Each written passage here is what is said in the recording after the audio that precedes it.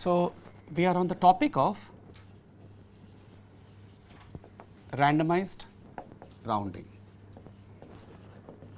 Okay.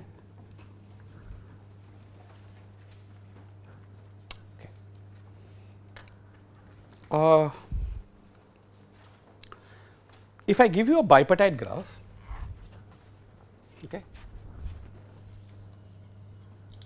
if I give you a bipartite graph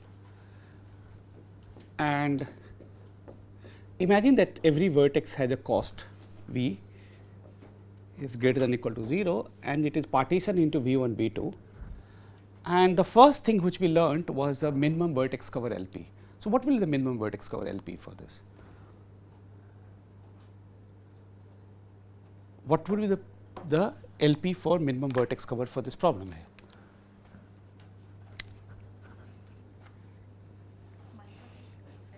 It is a bipartite graph. It is minimum xv cv. xv is a variable in 0, 1 if I was writing ILP, okay, if I was writing ILP, and what is the constraint? What is CV CV? is a some weight of a vertex. Weighted vertex cover. What else? Minimize this if there are no constraint, then do not pick anything, no. Huh? For all uv in my edge graph, xu plus xv is at least 1, right. And basically, if I talk about LP, I would have just said that xu is greater than or equal to 0 for all u in the vertex set, right. Is that fine? Where v is v1 union v2. But this is an LP problem. This is a minimum weight LP for a minimum weight vertex cover for any graph. There is nothing to do with a bipartite graph. What do you know about a minimum weight vertex cover LP, or what do you know about minimum vertex cover? Polynomial time solvable. Excellent. Do you know a polynomial time algorithm?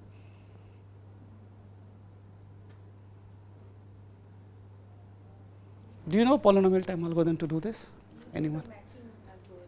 Matching, yes, I did the matching algorithm. So, for It's like, bipartite graph, maximum matching equal to minimum vertex cover. but that does that mean anything for weighted version? Okay. First of all, Source vertex to V1 and we will create a directed graph. and that will give you what? Maximum weight matching. We will run flow algorithm Okay.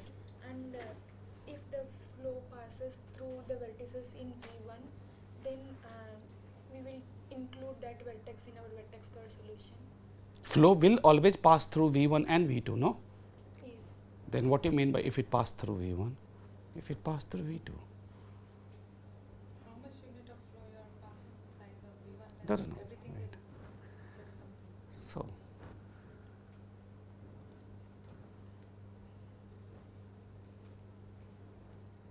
okay. I mean, this is a very simple question. If all of you are going for a job, it's very like some graph algorithmist might ask you this question. Okay. We'll get to this question. Okay. So, I learned a very cute algorithm for this today.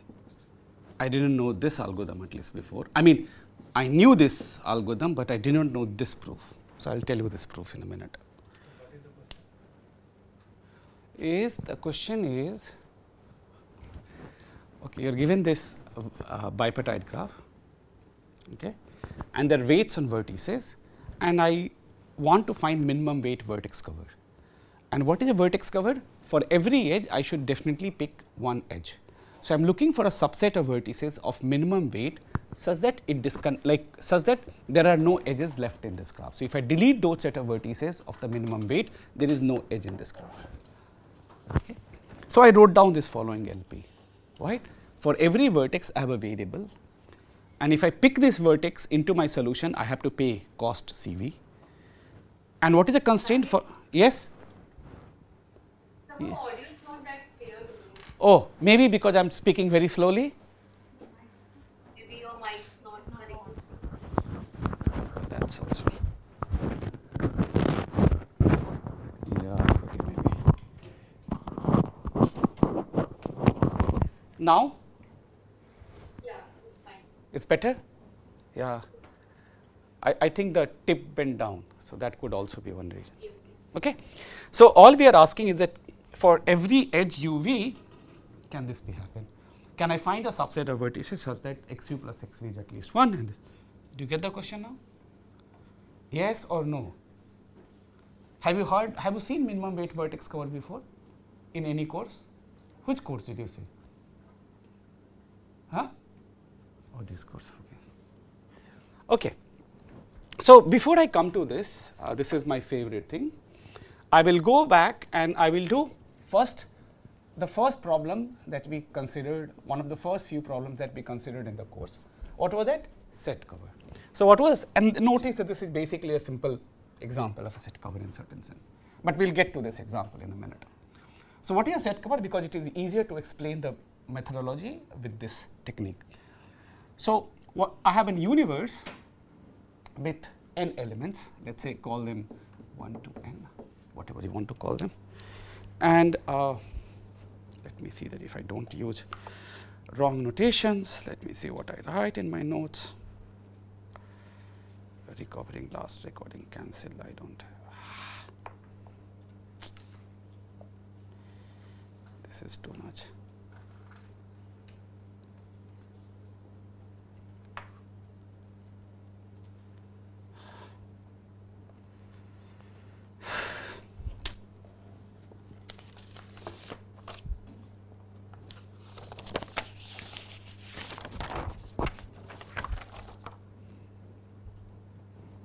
Okay, and I have family equal to S1, S2, Sm, and cost of Si is a non-negative number, right.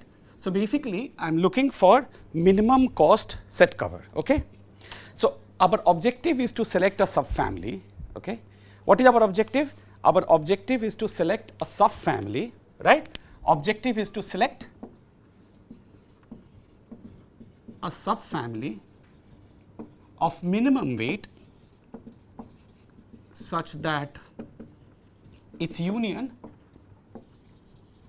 has all its elements, has every element in U, right. So, that is my goal. So, what will be the corresponding LP for this problem?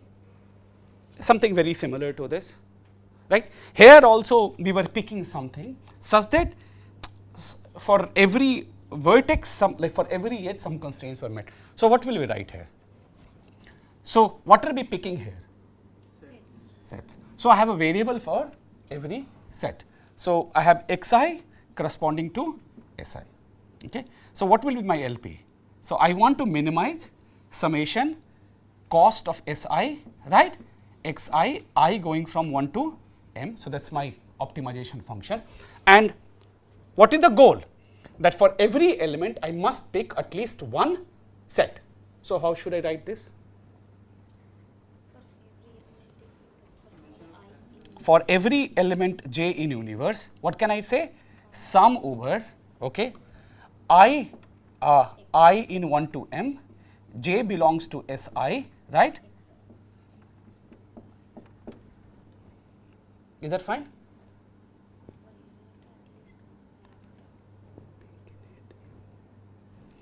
Okay. So, that is my LP for this, right. This is my LP. What happened to my, okay, fine. Now I can, wait.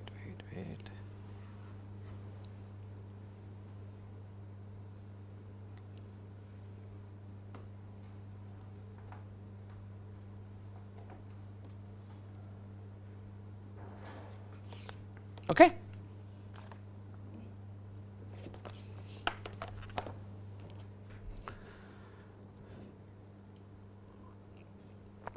Okay. So, we will solve this as a normal LP, okay. But to do rounding, we will apply some notion of randomization, okay. So, to define the notion of randomization, so randomization we are already learning is a great tool and technique, okay.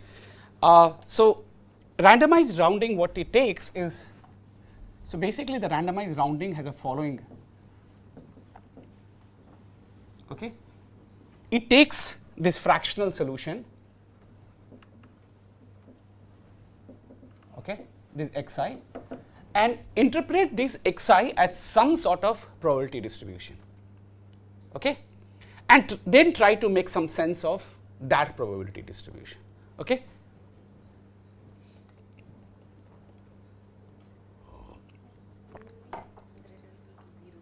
What?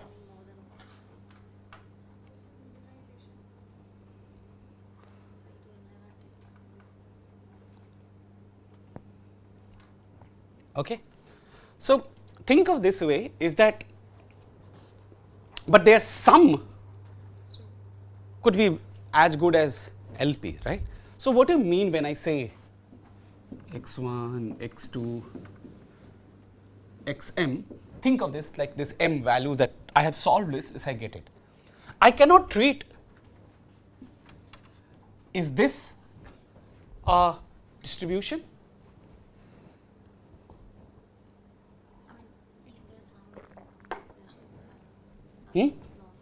What? It may not be, no, because it is as good as some this thing. This is not one. But can we make them one? Huh? And then we can think of this as a probability distribution. What was your question? You wanted to interpret this in the solution. No. This is like, so yeah, so basically think of this way, think of this xi, the way at least I'll try to look at it is a chance, like, so if its value is like 20% or 2.2, then I think it's like 20% chance that I will take this set into my solution. If it's 0.35, I think that the 35% chance that I will take this set into my solution, right. So basically, if you look at each marginal, this provides you distribution. You know what is marginal is?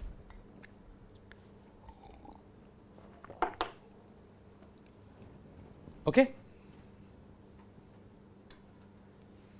Okay. But notice one thing, right? Whatever it is, if you are going to treat it as some probability object, or each time my algorithm may not produce the same solution, no, like deterministic algorithm, right? So even if I think of this as say 0.3, only in certain solution maybe this set is picked, certain solution this set is not picked with probability 1.6. So what is it meaning to say the cost of my solution? Do you understand what I am meaning of this? Like what I am trying to mean? Yeah, the LP works deterministically, so it will always sort of give the let's say the same xi values, but the randomized distribution, No, so like I cannot talk about this LP anymore, right? What solution I am talking about? No, I'm saying once you generate the solution for the LP, these values are fixed, right? And then you just interpret them as a probability. No. I am not saying that. I have already fixed, I have got this. I have fixed this LP. Now let's run this randomized algorithm, right? If I run my randomized algorithm, I might produce at some point of time family 1, at some point I will produce family 2, I sometimes family 3, and sometimes family blah, right? Subfamily, right? It may not be the same set of sets that will be produced, right? You understand what I'm saying? Same. So it doesn't make sense of cost of this, because it's an object which this cost happens with certain probability. This cost happens with certain probability. This cost happens with certain probability. This cost happens with certain probability. In what sense? Okay, so if I have picked up maybe say 1, 3, 5, 7. So okay, so for the set 1, if I had 0.3, so 0.3 into, I did not pick 2, maybe with 1 by 0.8, so on and so forth. So different sets that I will get will have different probability. right? And different sets has a different cost. What is the cost of subsets? You just sum this, right? So I'm going to get these different numbers with different probability. So what should we talk about? We will talk about expected cost, not the worst cost or the best, right? So this is why the notion of expected cost immediately creeps into this kind of randomized algorithm.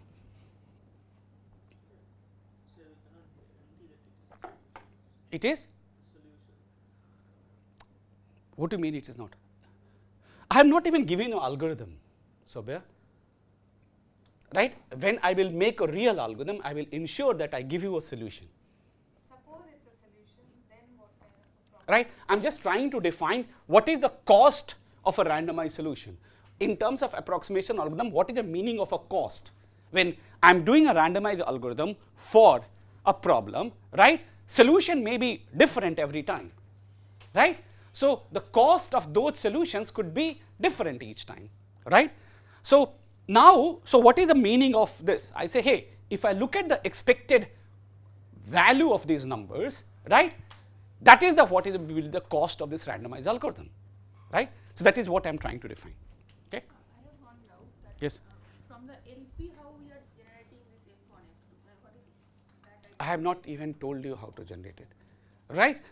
I mean, I have not yet told you an algorithm. I'm just giving an intuition that why I can think of these guys as a probability distribution, because anyway these xi's are like 0 and 1. So I can think of this like, okay, is like if it is 0.35, it's like 35% chance of picking this set into my solution. So this is a way or view to interpret this probability thing, right? You can imagine yourself like, so this is what I may marginal. Imagine that I am designing a randomized algorithm, okay? I go to a set, I toss a coin, if it comes, and I have a biased coin for all that I care, right?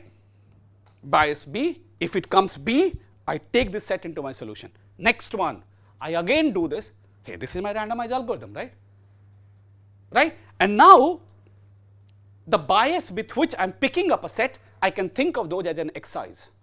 And if it is indeed leading to my feasible solution, then I can interpret those as my LP. You understand? So I am designing a randomized algorithm by following procedure. I have a biased coin, maybe different biased coin, okay? So think of this as an algorithm, but this is not what I wanted to define. You people are just mixing my head, okay?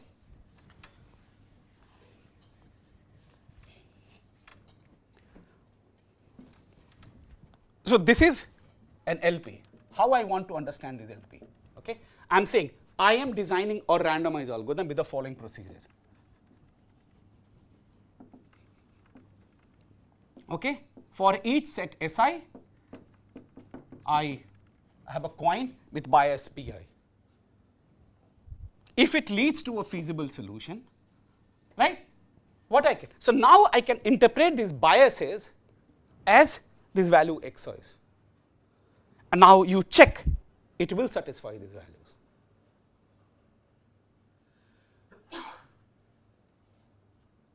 You understand what I'm saying? Yes, no?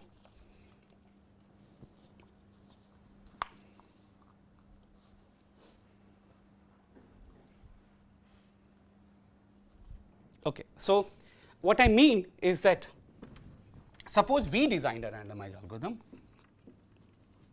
which always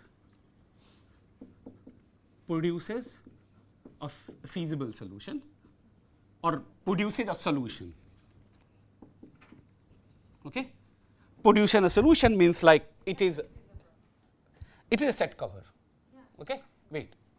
It produces a solution, so automatically that doesn't mean that that is what is feasibility I'm talking about. So this solution has to be like No, wait, it is not. It's a randomized. So let me write it down now. So the solution is for the original problem, which is the ILP set curve. No, Shashmita, I'm designing a randomized algorithm which always produces a solution. By solution I mean a set cover, okay, where probability that a set Si is picked in my solution is equal to say Bi. Okay. then I can start thinking of these bi's as xi. Okay, I can think, and now you can prove that this is satisfied if it is a feasible solution.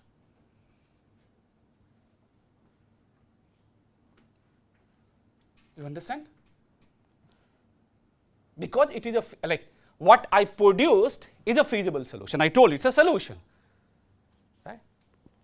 So what is the meaning? For that element, you would have picked. So for that element, is it possible? Think what I'm trying to communicate here, right? Look, I do not know all this. All I have been telling you is the following thing. I have designed a randomized algorithm with the following property. It always produces a set cover. Mean I will give you a set of like a family of sets such that its union is U. Okay? And I have also told you the probability a set is in my solution is equal to some bi. I claim to you that if I think of these bi's as xi's, then they provide a feasible solution. Why? Why do you think? Of course, these bi's are like, because they are probability distribution, they are greater than or equal to 0. But why this? Why this inequality is satisfied? Why this inequality is satisfied in this case? Let's do this experiment, because that is what is the tying up journey. Yeah, what you are saying? Tell me. I thought it was because it's a probability distribution, but this is not true. Because it's only for every element. Why? But what is the look at this, no? My solution contains one of these guys, right? So let's look at this. Summation I in M, J in Si. Let's write down this Bi. What is this quantity? Is this at least 1 or not? Is that the question I'm asking?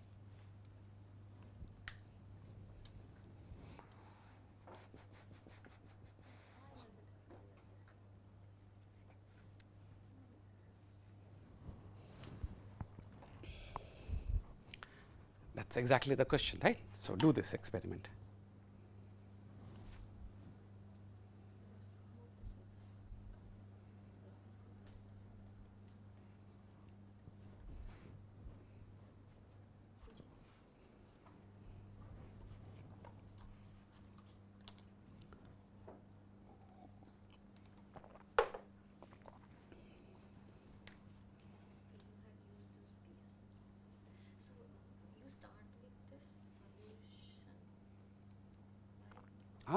So look, I have produced a family, f hat, right? And I'm saying what is the probability that a set belongs to f hat is bi. Probability that a set belongs to B is this. And I also tell you, hey, f hat is a solution. It covers every element.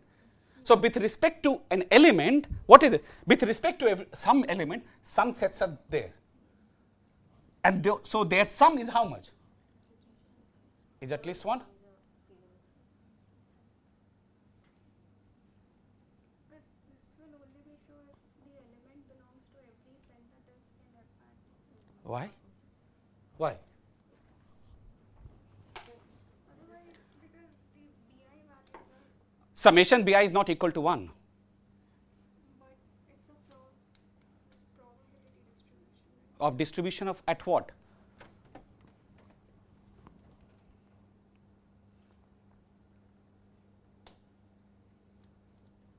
I don't understand. Probability of all the sets is equal to 1, but one element might be less of those sets. So their sum doesn't have to be at least 1 unless it is a solution. I mean, it is a solution, that's all.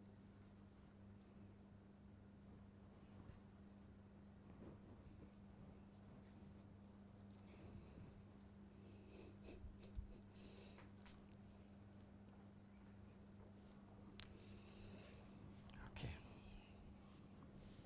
Okay. let us say.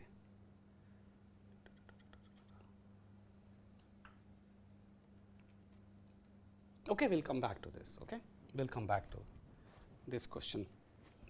Okay, we will come back to this question, but keep this in head. Okay.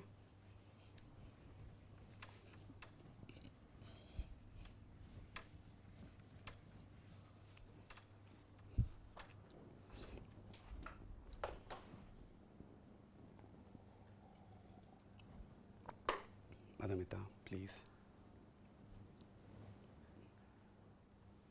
Okay.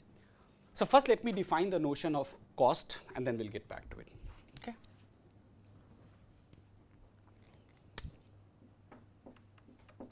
So, what is the definition? So, definition is if you have a randomized algorithm, say for a minimization problem,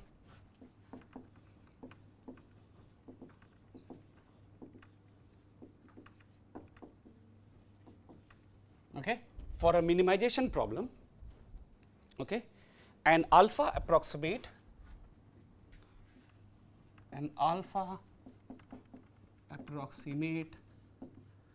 randomized algorithm, an alpha approximate randomized algorithm returns a feasible solution,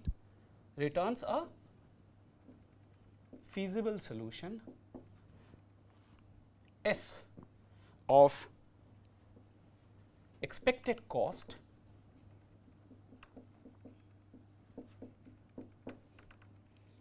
is less than equal to alpha times opt. Okay. And for similarly maximization problem, it will return expected value or expected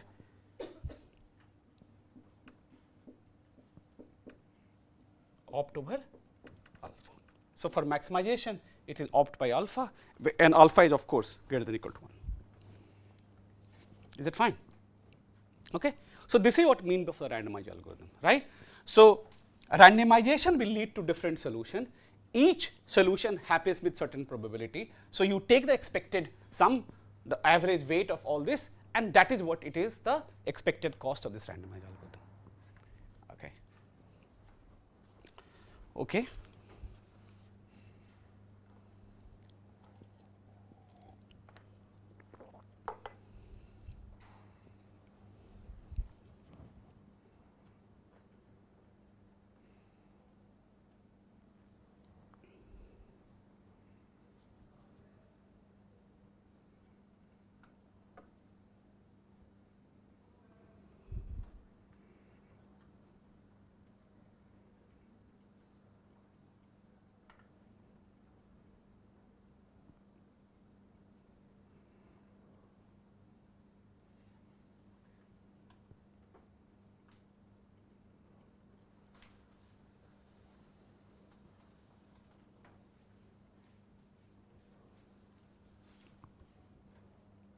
Okay, so let's try.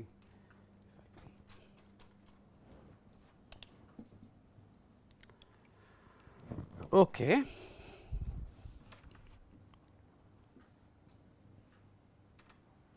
Okay.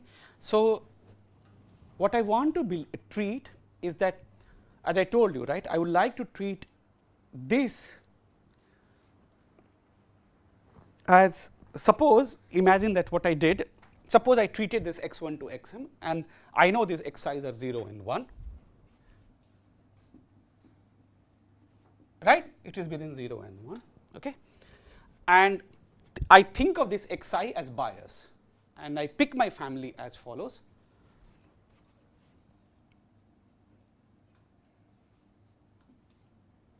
How do I pick up family? I pick up this family is that with probability, with like I toss a coin of a bias coin, okay, of bias how much? B1, right, and if it comes head, I do this, I do the same thing with the bias. So, right, so for the, how does I create this f hat, I'll go at set S1, I go at set S2, I go at set Sm, and I toss a coin with bias being, what is the bias here? X1. What is the bias here? X2. What is the bias here? Xm. Okay. If it comes head, I put this set to, if it comes head, then I put the corresponding set S1 here, otherwise no. So, that is my algorithm. Okay. Okay. So, I got something, maybe this does not cover something or it may cover something, right. As you pointed out that when I do this process, it is possible that every time I fail, so I did not pick any set at all. It could also happen that every time I got tail, tail, tail, tail, tail, you are completely correct, and hence I did not pick any set, right. So, definitely this f hat that we have created does not cover my universe. So, we might have to do something about it, but let us assume that it did, right. F hat is indeed a set cover, otherwise we might have to do something, we will worry about doing something later, but you are completely correct. When this is the way I am constructing a solution, it is a possibility that this may not be even set cover, but suppose it is a set cover, then what happened?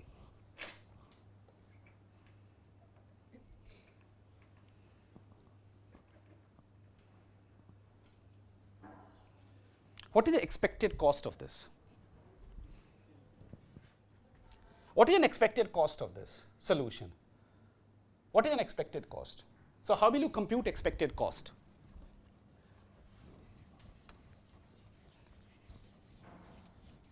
What is an expected cost? So, I will set up a random variable, right. We can set up a random variable yi, which is 1 or 0. 1 if the set Si is picked, okay, and 0 otherwise, right. This is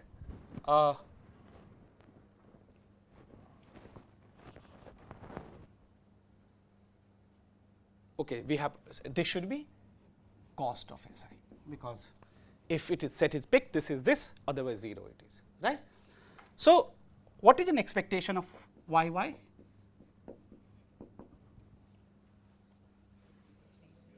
Huh?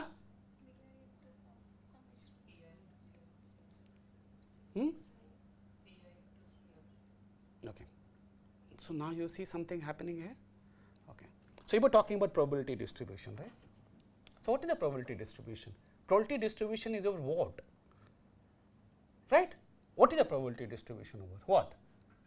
So, when you talk about probability distribution, what are the possible outcomes of my random experiment? This is my outcome of my random experiment. Exactly, and that has some probability, right. If you sum them up, that is equal to 1. But how did we achieve this? For each of them, if I look at the marginal of one guy, what is the marginal? Do you know what the marginal is? Look, it is a joint probability distribution of so many objects, right. What is marginal? So, suppose I wanted to compute what is the probability that, I do not know whether, okay. Right. Have you seen this? If you have a joint probability distribution, I was not hoping to do this. Okay. Suppose x1, x2, x3, y1, y2, y3. Okay. Can you tell me some number? Say y1, x1, tell me some, it does not matter, like, tell me some number, 0.2, 0.3, 0.5. Hey, all this could be just wrong. I am just giving you, like, because 0.5, 0.7, it is not all switch methods, because they also have to have some probability, right? Right? Like, if there's some, all the sum should have been equal to 1, by the way, right? But it is not. So, but when I say, what is, when you say marginal, so what is the marginal of x1? Meaning you. Point toss to point toss type of example. Okay, so just let's give me an example. Okay, so what is the probability that x takes x1? But when x takes x1, y1 could like y could take either y1, y could either take y2, or y could take y3. So basically, it is sum of these things, right? 0.2, 0.5, 0.9 or something. Okay, I'm not doing, right? Similarly, this. And similarly, if I wanted the y, so this is a marginal. What is a marginal? When everything else is fixed, this is what it is, right? So, but so. I think it's easier to think in terms of conditional probability. No, You know y1 can take all these values and therefore. no, Sushmita, I do not want to confuse. Like, I do not want to use the terminology. Let me. Okay, so this is what. So, what is the meaning? It's like, if I want to look, imagine that when all x1 can happen. Oh, x1 can happen when y1 takes this. Yes. So this is a marginal. So this is a marginal, right? So now if you look at this, right? Look at this probability, right? So this xi is nothing but in this object it is marginal. So this is why it is between 0 and 1. You understand? Right? So there's a difference between marginals and there's a difference between probability distribution. Okay? So using marginals, we created this. So for example, as Sushmita was saying, I can think of x as one coin, y as another coin, right? So let's do a concrete example. You will see the difference. I think it is. I think it is good to do it at least once and for all. What is the probability of head-head? What is the probability of head-head? Head-tail is 1/4, 1/4, 1/4. But what is the probability of getting a head? Half. What is the probability of getting a tail? Half. What is the probability of getting this head? Now we are, if you sum all this, it's like 2, right? Right? But if you sum here, it's 1. You understand what I'm saying? So, but if you just think from y's perspective, this is still 1. So this is fine. If you think from x perspective, this is still 1. Right? So actually what is happening here? So this f hat is created by joint probability distribution of with respect to S1, S2, S3 dot Sm, right? So now let's fix other things. What is the probability of this being set? Is a number between 0 and 1, right? Now, so this is like, it could be anything between 0 and 1. Okay, the other thing can also be between 0 and 1, but if you sum these numbers, of course it is not equal to 1, because you are defining this number when you are fixing other things, right? So you understand the difference? Okay. So that is what I wanted to get it clear. Like, till I do not have a concrete example, it's very difficult for me to explain, right? So this is what, so when I say, so several ways a probability can be defined, right? I can just give you a marginals at each, and based, if you know marginals at each, you can compute its joint probability distribution. If I gave you a joint probability distribution, you can still compute marginals from there, right? So either way, so it is like based on what is easier to define, one can do that way. Is that fine? Okay. So when I say this is, so I treat these xi's as marginal with respect to this joint probability distribution that we are trying to visualize later. Is that fine, online people? Tanmay, does it make sense? Okay, the video audio was gone for most of the part. We didn't hear. Well, what a beautiful answer. It's like such a clever answer. It's like, but he at least heard, so he realizes that he can be asked a question. Anyway, so what is an expectation of yi? What is an expectation of yi?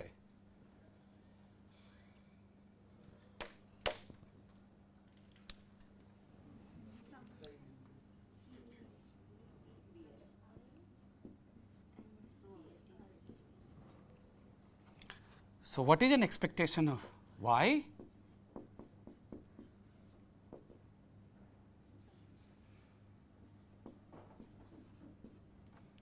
So there is some relation, no? Right? So expected cost, if I think this way, is like LP. Right? Okay. So similarly, if I have a feasible solution, right? If I have a feasible solution, right? Then if you just how to say this? Okay. Think of this way. Okay, here's a fun thing. Okay. I told you, right? Probability that this goes inside is 1, like is some number. Okay, for that. So look at the sets in which an element I is there.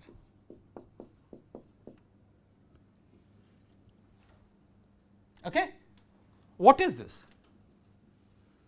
Sorry, what did you say? What is set I is element I is? Element I is present in suppose these sets. It is not. Yeah, by union. Wait, Sushmita. So if you look at the joint probability distribution of only these sets, right? Then that is going to be equal to 1, no? Equal to 1. So that's exactly what if I took the marginals and what is it? Exactly the same thing. No? So that should be hollow. But like, okay, this is too much to consume if you are not. Can we argue this way that because you have a solution, right? In that earlier case, you said you have a solution. So Yes. every element EI is picked. Yes. So probability that EI is picked by union bound is less than equal to summation of probability of all the sets that contain EI is picked. Those are your BI values.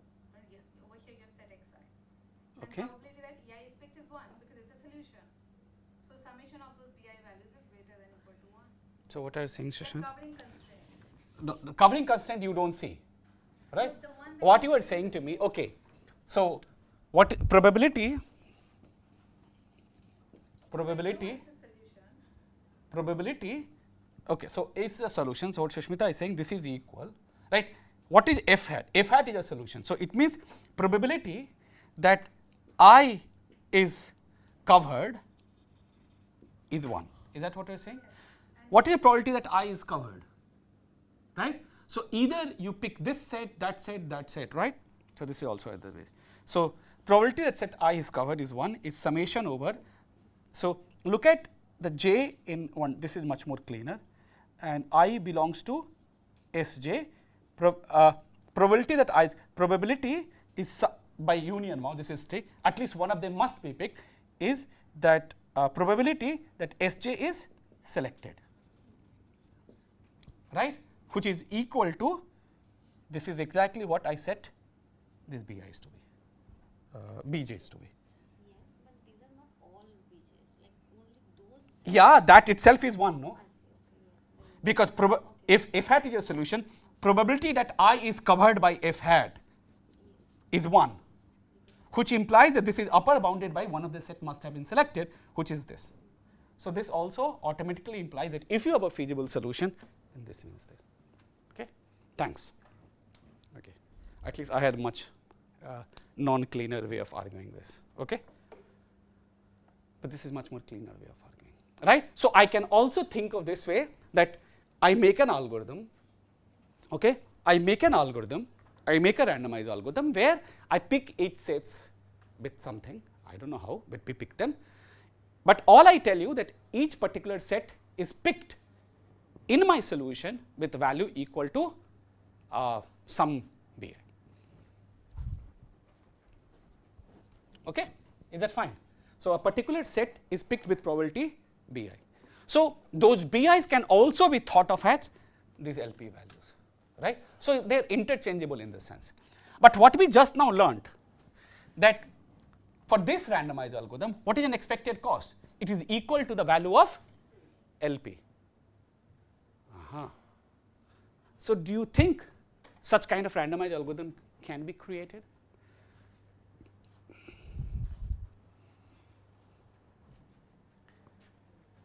Huh? No, why? Can anyone tell me online, offline, why can't I have a randomized algorithm for set cover such that expected cost is value is at most LP? Hello, Saket. Yes. So the audio and video is going again and again. I'm so sorry, Pallavi. Okay, but my question is very simple. Can we have a randomized algorithm for set cover such that the expected cost is equal at most LP value?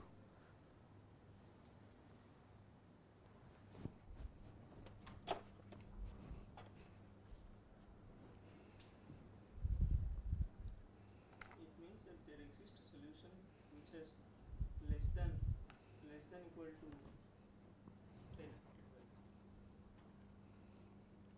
value. Hmm? It means that there exists a solution which has less than equal to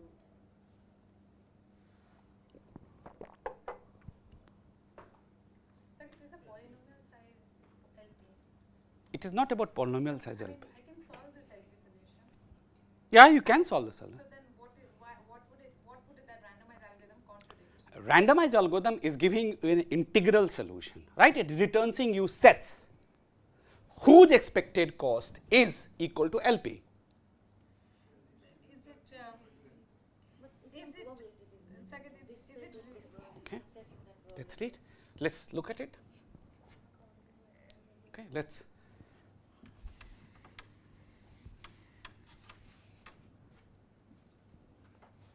Okay, expected cost is this much.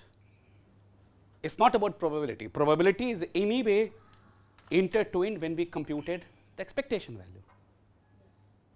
Right. Okay. So I have a randomized algorithm A for set cover, and what does it returns? It returns a solution whose expected cost is less than equal to LP. Expected cost, I am not saying anything else, which is less than equal to Right, it's exactly equal to the LP. what? The expected cost is equal to the LP solution. Is at most LP. This is what we computed. Or say equal to. Okay, fine. Doesn't matter, right? But LP value is less than equal to opt integral. So I have returned a solution of value what? Equal to. But you might say, but this is expected cost only, no? So what went wrong?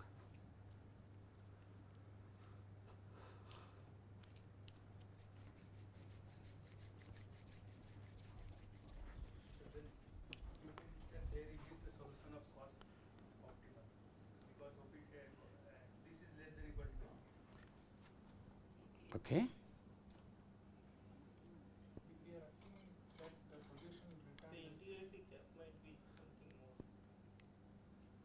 It's a randomized algorithm that returns a set, so solution. Expected cost of that solution is this much. So sir, we have solution and this So is equal this to cannot happen, right? oh then we get one time Shushmita, I am returning a expect. Yeah, no, that is fine. So why it cannot happen, Tanmay? What will be proved then? Because then it has to always return a solution of optimal cost. Exactly. If this happens, okay, if this happens, then what it returns? It always returns. If this happens, it, why? Can someone tell me? It always returns optimal. It always returns solution of optimal cost. There's nothing to do with randomization here after this. nothing is less than this. Huh? No solution is less than Because no solution is less than opt. Okay? So, no solution is less than LP. Right? Look at LP is the best solution you can think of. So now I am returning some integral solutions, right? I am only returning integral solution. Right? I am returning integral solution. So every integral solution has value more than LP, right? At least LP. At least LP, right? And so what is an expected solution? What is an expected solution?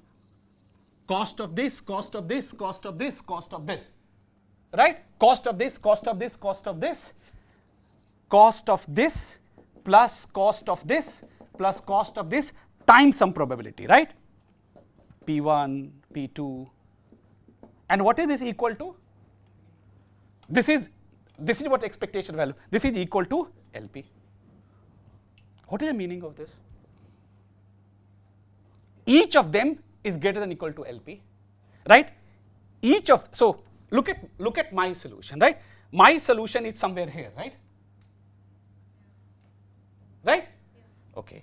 So the solution, so like this is S1, S2, no, okay, like solution F1, F2, whatever it is, right? Is that fine? So cost of this solution, so, and this is some like some probability, this, that, right? What is the meaning of this? One of them must be less than equal to LP, other should be greater than equal to LP.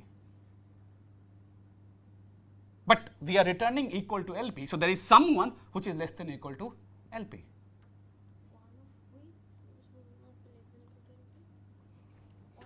Look at the average number, no? One number will be less than equal to LP, other number will be. Or LP by the number of elements. What? One of this sum will be less than equal to LP divided by number of elements. So you are the averaging argument. Cost of these guys at least LP, right? Right? Expected cost of these guys is LP. Expected cost is like at least LP. So I think the probability value multiplied with the expected. So what is this? Huh? So you're thinking about definition of expectation, it's a weighted average. Yeah, It's I equal was to thinking like PHP type argument he is using, right? That at least one of them. Wait. Tanmay, can you help? Yes, like the argument would be like if the algorithm returns some set of cost which is more than opt, then there is no one to compensate that, because there is like we cannot return a solution of less than opt cost.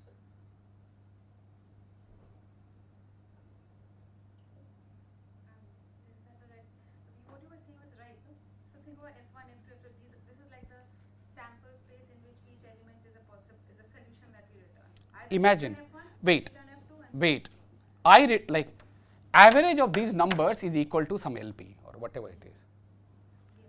Right? Wait. If I returned you something which is larger than LP, there should be someone which is less than LP to compensate, no? But there is no value which is strictly less than LP. There cannot be an integral set whose cost is strictly less than LP. So I can never so if I'm going to give you outputting you a integral solution whose expected cost is exactly equal to LP, then we can say that actually this is exactly equal to the LP value. Why? Because if it is strictly more than, there is some integral solution whose value is strictly less than LP, but there is no set whose cost is less than equal to LP. You understand? Is that fine, Tanmay? Yes, no? Yes. That's exactly what it is. So, we cannot hope to design a randomized algorithm whose value is this. Okay? So, did you understand this point, right? If everything that I return, like I'm saying that, so this is very simple thing, right? Imagine that every quantity is say at least 2, and we know that every quantity is at least 2. I also know that the average is exactly equal to 2, and now you return 3. Hey, is it possible at all? No, you cannot return me 3, because if you are returning me average as 3, then because their total average is 2, there must be some number which is strictly less than 2. But you already have guaranteed that every solution has value at least 2. So please keep this idea in your head. This is one of the most amazing idea that I learned today. Okay, at least I didn't know this before. Okay, it's a very simple thing, but I will show you its application in a minute of this idea. Okay. Sir, you can increase the value of, say, xi is not selected. So there are some sets, and we increase each of those sets probability by. I'm not saying anything. All I'm saying, we shouldn't be expecting such an algorithm. That's all that I'm saying. That's it. Okay? We shouldn't be expecting a polynomial time randomized algorithm whose expected cost is this, right? Because that will imply that you have proved P equal to NP. That's it. I'm not saying we cannot do something else, right? So I can only show so in polynomial time, I can only come up with a set cover algorithm whose expected cost will be some factor time this if we do not want to this. Okay, is that fine? Okay, so keep this, right?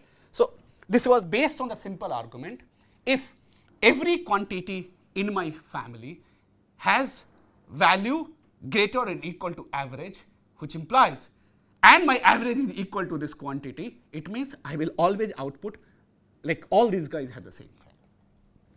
Is that fine? Okay. Okay, I have half an hour and I would want to do 2-3 things. Okay, at least hopefully now I have what is that called? Please take this note, because I will rub this up. I will keep this. I want to this.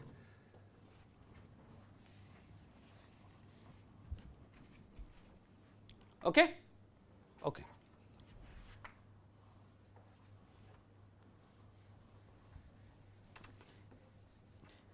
But another thing, hey, another thing also we proved this, right? If I can design you such an algorithm, then integral equal to LP value. Should we do that first? For one example at least. So did you learn? If for some problem, I can actually design a polytime algorithm and show you the expected cost is equal to my LP, then actually I have given an integral solution. Okay, great. So let's do this first, like as a magic. Okay. Okay. This I had seen long time back, but only today I can realize that this is. So this is a cute thing that I was talking about. Okay. Okay. So let's go back to this minimum weight vertex cover. Okay. It's really fun.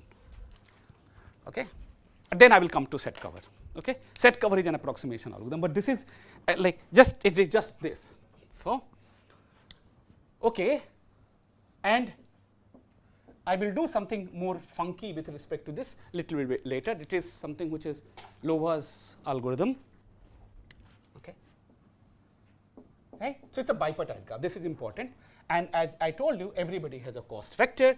So minimize summation xv cv xu plus xv is greater than or equal to 1 for all ev in eg, right? And xu is greater than or equal to 0 for all u in vg. Okay, let's solve this. Okay, what I'm going to do? I'm going to solve this. Let me see what I wrote in my note, so that I don't want to. Okay. Up until now, I have not used the fact that this is a bipartite graph. But when I do a procedure I will do now. This is bad. Let's throw somewhere. Okay. Okay. So what procedure?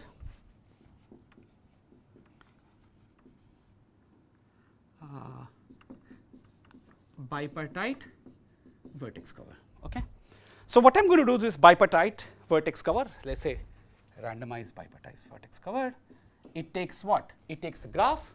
It takes v comma, like takes v1 comma v2 e and a cost function. Okay. So what are we going to do? Think. So first let's solve this vertex cover LP. Right? Solve this. Solve vertex cover LP and get ZV for all V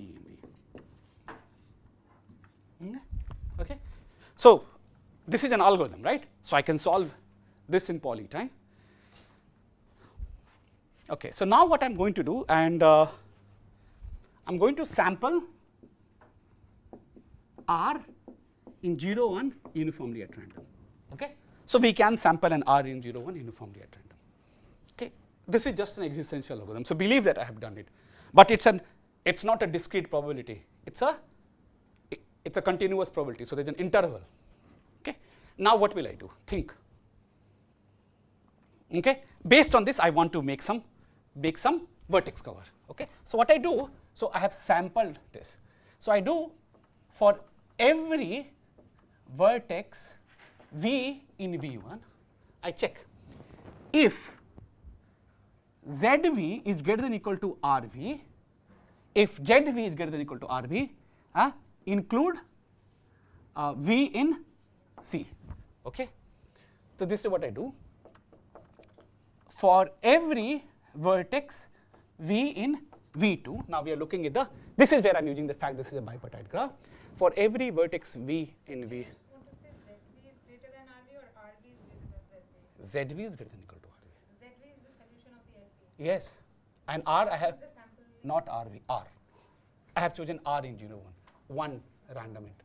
Okay. For every vertex V in V2, okay, if 1 minus ZV is greater than equal to R, include V in C. That's it. Is that fine? Okay. Just as a description.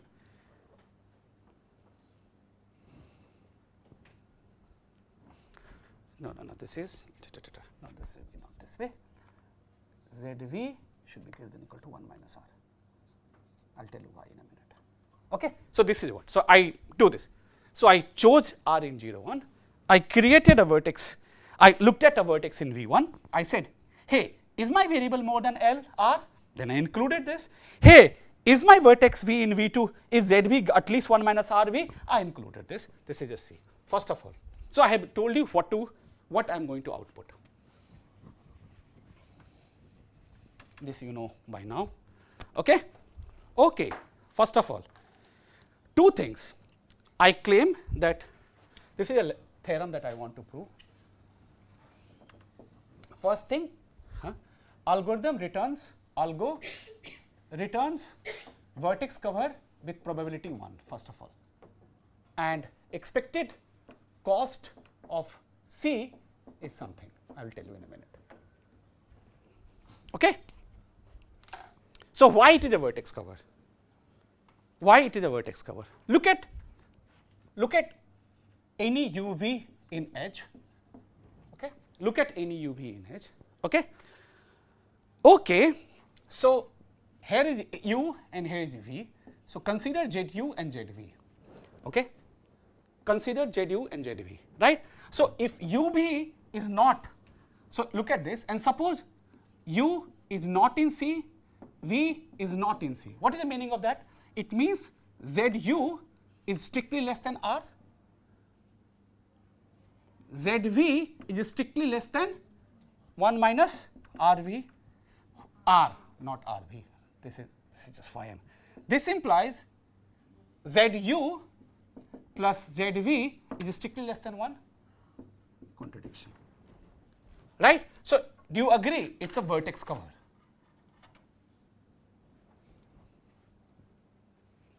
Okay. Okay. So, now what is an expected cost definition? So, expected cost definition will be, right, is like the way we did it before, right. I can define expectation of y going from some y summation yv, v in vertex, and what is yv? I am going to set up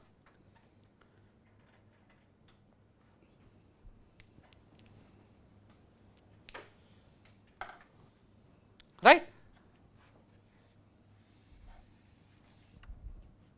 Right.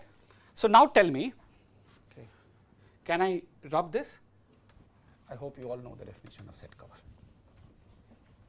Okay. So, I did this. Now, fix a vertex v, right, and I have a variable yv. Okay. What does it mean? It is like I like, let us say 1 0 1 if 1 if so what is expectation of y is basically CV times yv. This is what we are. What is expected cost? It is CV times yv. So that I can just talk about 1 if v is in C, 0 otherwise. Now notice that if suppose v is in V1, right. Now here it is 0 and 1 and this quantity is ZV, right. So when will you pick a vertex? If the randomly chosen object is false here, right. If R belongs to this range, right, then what will be the property? The ZV is greater than equal to R, right. So probability that V belongs to C, right, is exactly equal to same as this range. So this is ZV. Right? If I choose any R between this, then I'm happy. Excellent. Done. What am I choosing as R? 0 to 1 uniformly at random. If I chose a number between 0 to ZV, right, then I will be happy. Yeah. So what is the probability of choosing this? It's the interval length. That's what is the definition of the continuous. It's the interval length. So this is exactly the interval. Okay. V belongs to V2, and now let's do the same computation. Okay. Same computation. What is the probability that V belongs to C? Okay. Again, let's draw this 0 and 1. And what is ZV? Suppose ZV is somewhere here. And what it asks me, that ZV should be at least 1 minus R. So where should R belong to?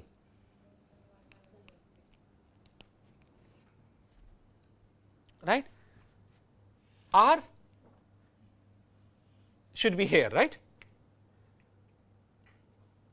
It says R is greater than 1 minus ZV, right? Yes. So R must be here, no? What is 1 minus ZV? Is this one, right? So if ZV should be at least 1 minus R, right? So if from 1 minus ZV I get this quantity, this is ZV. So if R is here, so what is 1 minus R? It's a smaller quantity which is more than ZV, right? So R must belong to R. So what is this? So this implies that R belongs to this interval, which is so what I mean, 1 minus ZV to 1, right? Okay. But then what is this equal to? Why are you saying, no, in this case the idea is R should belong to the shaded region. That shaded region is 1 minus ZV. No, it's ZV. No, ZV you're counting from 0. No. The first interval that you have, that is length ZV. The shaded region is 1 minus ZV. Yeah, this is what I want to say. So let's look at this. So, okay, you are right. 0 to 1 minus ZV and 1. Because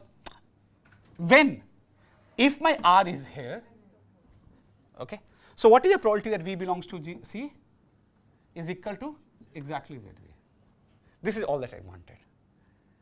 Right? Okay, if this is what it is, then what is this? The value of expected cost of this?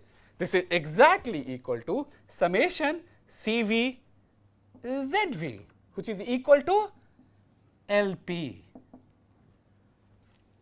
Okay, so what did we learn from here? So I have given you a randomized algorithm. Irrespective of what R you choose, I'm going to give you this LP return. So what I give you? But this is an integral solution, right? Right?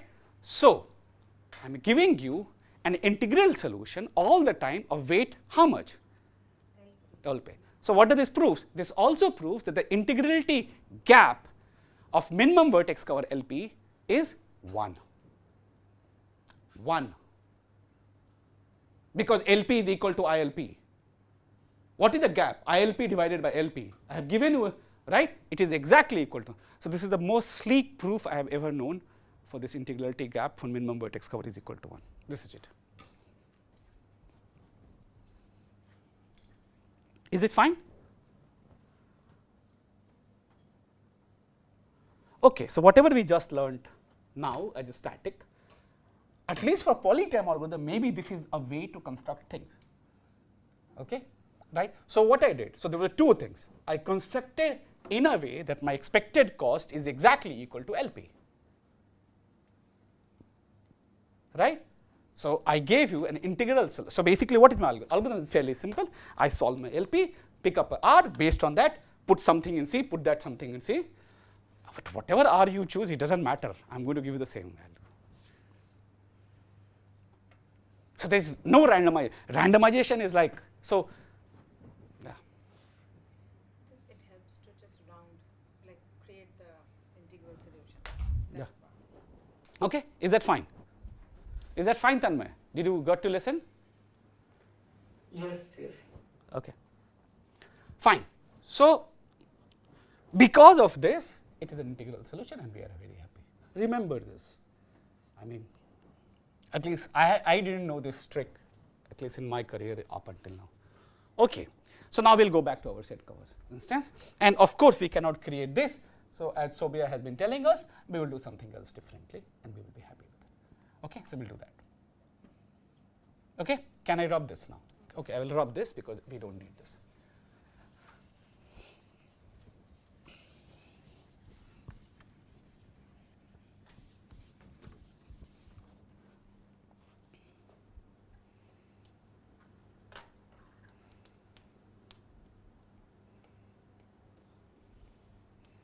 Okay, so here is how I will do. I will exactly do, it is very similar to what we did just now, but okay.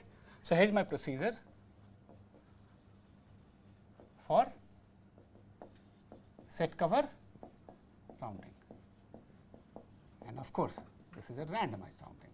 Okay, okay, set cover randomized rounding, you know what it takes universe, right? It takes sets and it takes cost of its sets, and okay, and there are like some, how many sets are there? So, j is like in 1 to m. This is what it takes. Okay. So, first thing what will it do? It solve set cover LP, which it can solve.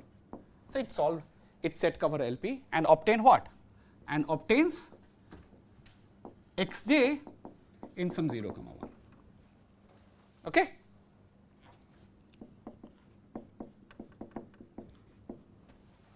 Okay. And now I want to sample each set, right? I want to sample each set.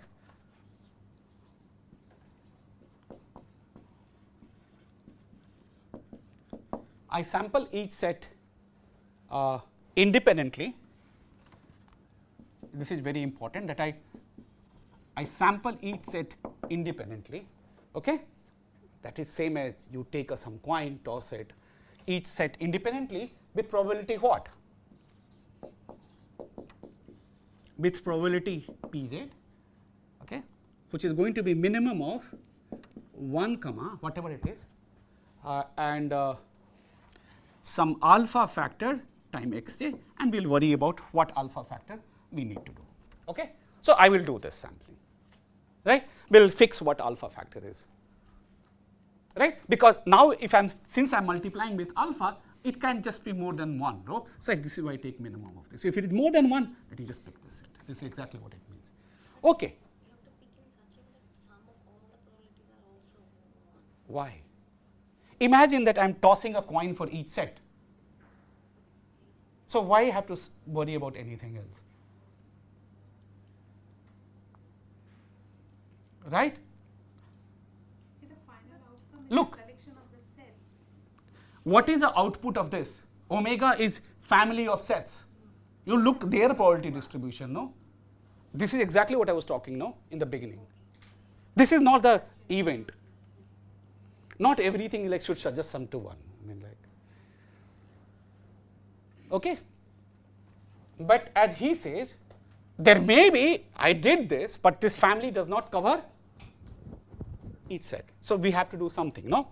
So, I do for each element not covered by, for each element I, for each element I not covered by sets, say let us call it sets picked in previous line. What should we do? Previous line, what should you do? Just pick a set with a minimum weight cost. Okay? Just a minute. So how is it? I mean, I'm just trying to understand that the LP will ensure this covering property because you're starting with the LP thing. However, during the sampling process, when you're picking the with probability Pj, which is minimum of, Even if it is like 0.99 probability, Sushmita, with 0.01 probability that set may not be picked. but the fact that you're scaling with alpha, does that actually play a role? No, it doesn't mean it's like this is like I take something and multiply with some number and I try to do this. But yeah, right. The example that you gave point, there's always a non-zero possibility of something not being picked because we are doing this sampling, right? imagine yourself that whatever maybe the alpha value is, like, I mean, if my xj is strictly less than 1 over alpha, then this is strictly lot less than 1, no? And it is minimum of those two quantities. Yes, but suppose alpha is not so pathologically chosen. Okay, fine. Alright, it does not accrue. I mean, I'm saying whatever all I was asking is that doing this thing, does that make it more possible that some set may not be covered because we are doing this? No, it makes more chance that something is picked if alpha is greater than equal to 1. Yes, but alpha is not greater than 1, right? You picked alpha in some range, no? I have not chosen alpha anywhere. I said this is something which I will fix, and of course alpha will be greater than 1 because this is what will determine the factor of approximation. Okay, I have not. I'm saying when I chose this xj, it did not work. Such algorithms do not exist. So now I'm giving myself a chance to, like, okay, so let's pick up this set, like, think of this as like a rounding, right? If the probability that a set should be picked is like 2/3, I say just pick it, man. Okay, for example, look at this. You solve, okay? Suppose I'm doing a minimization problem, and I solve my LP, okay? If some guy has value at most 1 by n, if I pick it, I mean, did I lose a lot? Not much, right? I mean, maybe optimum does not pick it, but by picking him, my only cost has increased by something like 1 over n. So these guys will not create trouble, right? So like, no, these guys will create a trouble if it is a minimization problem. Why? Because LP has given value 1, but it was value was 1 by n, and you have just rounded it to 1. You understand? LP pays 1 by n, you paid 1. But if LP paid half, you made it to 1, means in LP you just lost by factor 2. So in LP his payment was 25, you have paid 50. Fine, let's just this locally only create a factor 2 in the ratio, right? So this is exactly what. So when I increase this, I increase his chance of being selected in the solution. Okay? But still, I cannot guarantee that whatever I got is a solution. So for each I not covered by sets picked in the previous line, pick a set containing I of minimum cost, right? Anyway, you did not pick it, of cost CSI. Is that fine? So if I did not pick, I look at which set contains this, I just pick the one with the minimum weight. Is that fine? Okay. So notice this step is a randomized state which will change, so run to run, and hence it will produce different kind of solutions with different costs, and right. So another point of sampling is that we have boosted the probability. Let's assume that alpha is greater than or equal to 1. Okay, so we have boosted the chances of probability. So if it's like you were 1/3, if I multiply with number 2, so now I've suddenly made 2/3 chance of this set being selected, right? So this is we have boosted the chance of these sets to be picked up. Okay, is that fine?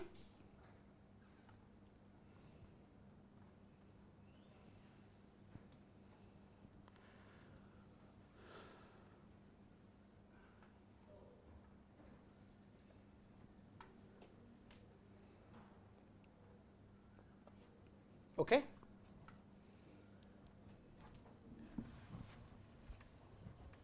So what are we interested in computing now? The expected cost of the solution that we returned. Is that fine?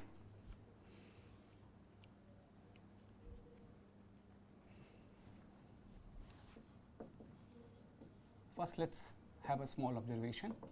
For any element I,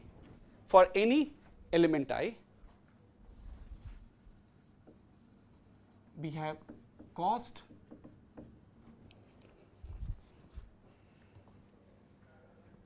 of Si. What is the cost of Si? For any element I, we have cost of Si, where what is Si? This is minimum cost set that contains element I. So among all, this is what I mean by Si. What is Si? So define. So for element I, Si denotes the set containing I of min weight, min cost, right? That's it. So I am claiming that for element we have C of Si is less than equal to LP of S. Okay. So and suppose this is, what does it output? Let's see what it is output. LP of S is the LP of this whole. Okay. So let's solve it. Let's call this just LP. Is less than equal to LP for my set cover. Okay. Can anyone prove? Okay. Now notice that this algorithm always produces a set cover. Is that correct? Because if you did not pick here, I went and picked. So this with probability 1 returns set cover. So that is not a problem. So only thing a problem is that the size, the cost of the sets that we return could be bad, good or ugly. Okay. So we have to worry about those. Okay. Now let's prove you fix an element I. Okay. Okay. So now what was? So do you agree that LP is greater than equal to summation j in 1 to m I belongs to Sj cost of Sj times Xj? Because LP is over all sets. I only took those sets in which I is contained. Check, right? It's summation over all sets. I only picked up. So this is definitely greater than equal to this. Okay. Now, what is S cost of Si? Is smallest among all these, right? So I can take it out common. Is that correct? Now what is this quantity? This was a constraint that at least this should be 1, right? All the sets that contain I, summation of that Xj value should be at least 1. That's a constraint. So this is at least equal to cost of Si. Is that fine? Okay. So, okay.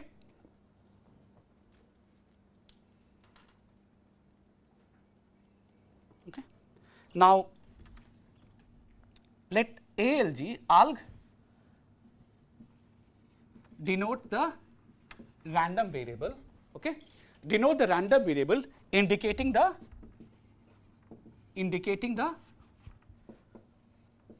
cost of solution returned by our algorithm. Okay? Is that fine? Now, okay, alg, I can write it as alg1 and alg2. What is alg1? Okay, what is alg1? Okay, these are the cost of sets picked in random step, and this is cost of sets picked in greedy step. Okay, so this is what I mean by greedy step, and this is random step. Okay, so this, but notice these two random variables are not independent. They are very, very dependent random variable, because what you will pick in this round depends a lot what you have picked up here. So they are not independent random variable, but what I am interested in, expectation of ALG, right? What are we interested in? Expected value of ALG, which is equal to expected value of ALG1 and ALG2, and linearity of expectation works for any set of variables. It does not depend independent or dependent. Okay? Is that fine? So now we can try to do these things ourselves.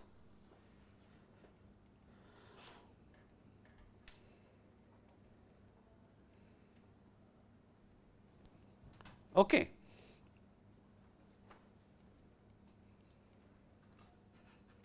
Okay. So let's do alg1. Okay. What is expectation of alg1? Right? Expectation. Let's write. What is an alg1? What is an alg1? Right? Alg1. Let's write this random variable. This random variable is what is summation j going from 1 to m, right? Cost of Sj, right? Times what? Okay, times xj, and what is this xj? Where xj is the random variable, indicator random variable, indicating whether xj is picked or not. Is that fine? Right? So, alg1 can be written as this, right, as a summation of this indicator random variable. If it is 1, you contribute this, otherwise not. Okay. So, I can again talk about, so now I could have that linearity of expectation. I am not doing anything more. Okay.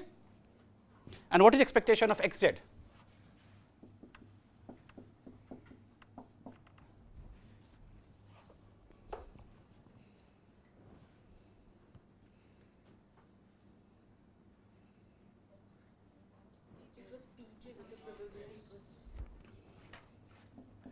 Which is Pj, okay, and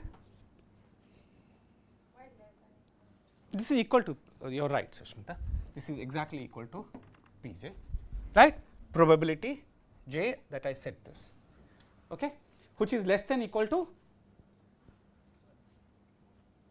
huh? You're just summing it up, right? So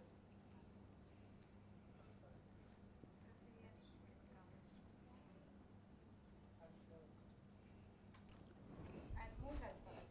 Because it's minimum of these two, At most alpha. right? Excellent. Alpha times xj. So, what did we get? What is expectation of alg1? Huh? Is less than equal to what? This is less than equal to alpha times x, you know. So, this is basically alpha times LP. Great, right? So, this is perfectly fine.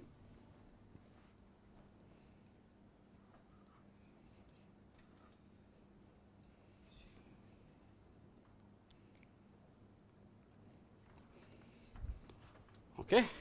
Hopefully, some beautiful alpha will come out from this whole procedure. Okay. So, this was easy, right? But I also need to compute alg t. Okay. So, now let us write it down. Algorithm 2, summation j equal to 1 to m,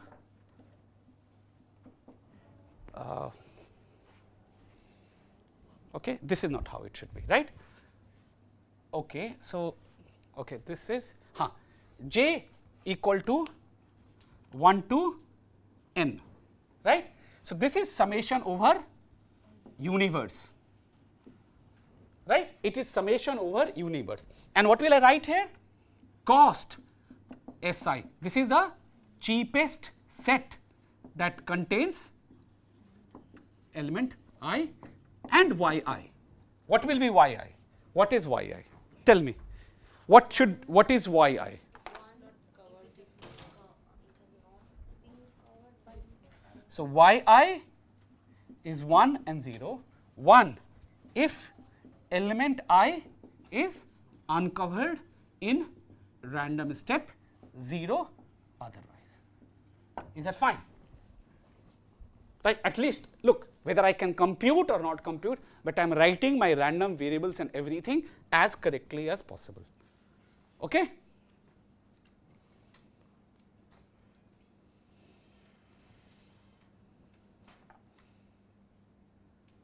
Okay. So, this is my goal,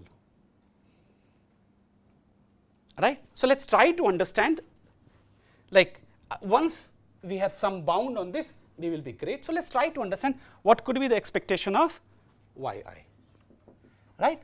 What is an expectation of y I? This is the question that we should try to address.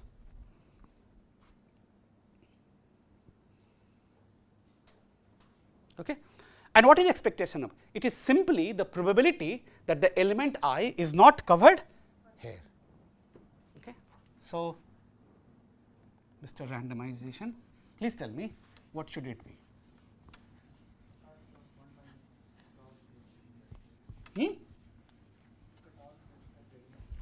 That is right. So, let us say we are only interested in probability that y I is 1. Okay. So, what is this? So, y I is 1 if all the sets that contains the element I is not picked in the previous step, right. So, this set is also not picked up, and look, for each set I am doing independently. So, I can write the product of not being selected. Okay, excellent. So, this is going to be product of I j in 1 to m, I belongs to the set S j, right. And with what probability do I pick a set? 1 minus, because you pick up when you I belongs to the set S j, because I do not want to pick it. So, I should belong to S j, no? So, this is 1 minus P j. Is that fine? That is it. There is no funkiness. So, what is this probability?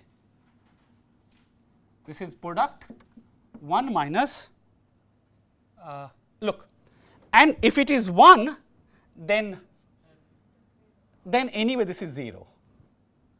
What is, like, when it will be 1? So, if P j is 1, then this probability will be 0. So, we do not care about it, right. That means the element has been Picked up. So, that will not happen. The only reason it will happen when you do not pick, when this is the one. So, this is what?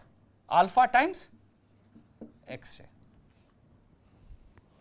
okay, which is less than equal to product, what is this? E power,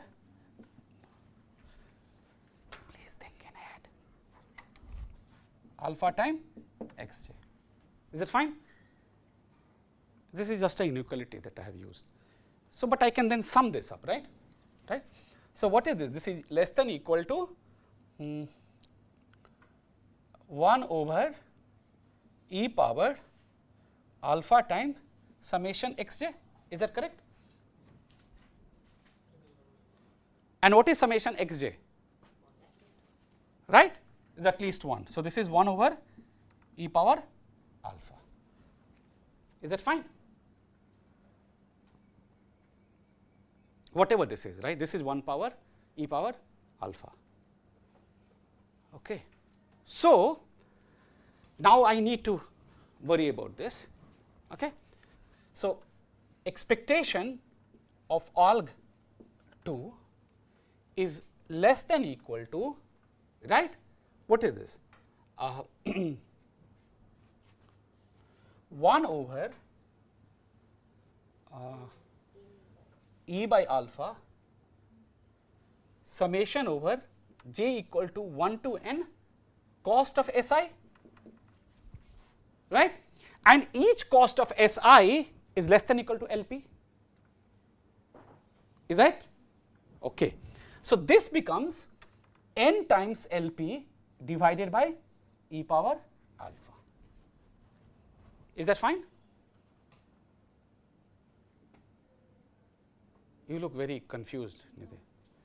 So, e power alpha 2 is this is exactly what it is. So, what is the total cost? What is the total cost? So, the total cost is, okay. So, can I rub this now? We are done, almost done. Nah, okay, maybe I should not rub this. Okay. So, what is the total cost? So, the total cost expectation of alg is less than equal to one number is alpha times Lp, and the second number is Is that right? So this is equal to LP times alpha plus n to the power e power alpha. Is that right? Okay, please find a value of x which minimizes this. Find a value of alpha that minimizes this quantity. That's it. I mean, I don't have to worry about it. I know that alpha 1 does not work, so I fix, okay, come, let's do it.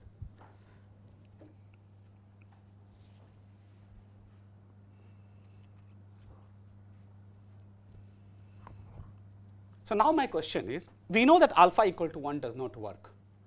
Where does this proof fails for alpha equal to 1? If alpha would have been exactly equal to 1, where will this proof fail?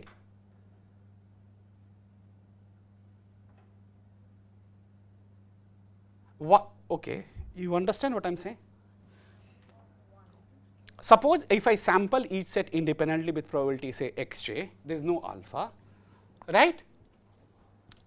Then, wait, no, will not, right? Let's see now what happens. So then this is like xj, but alg2, right? So it will just happen that look, this is the guy who is contributing, right?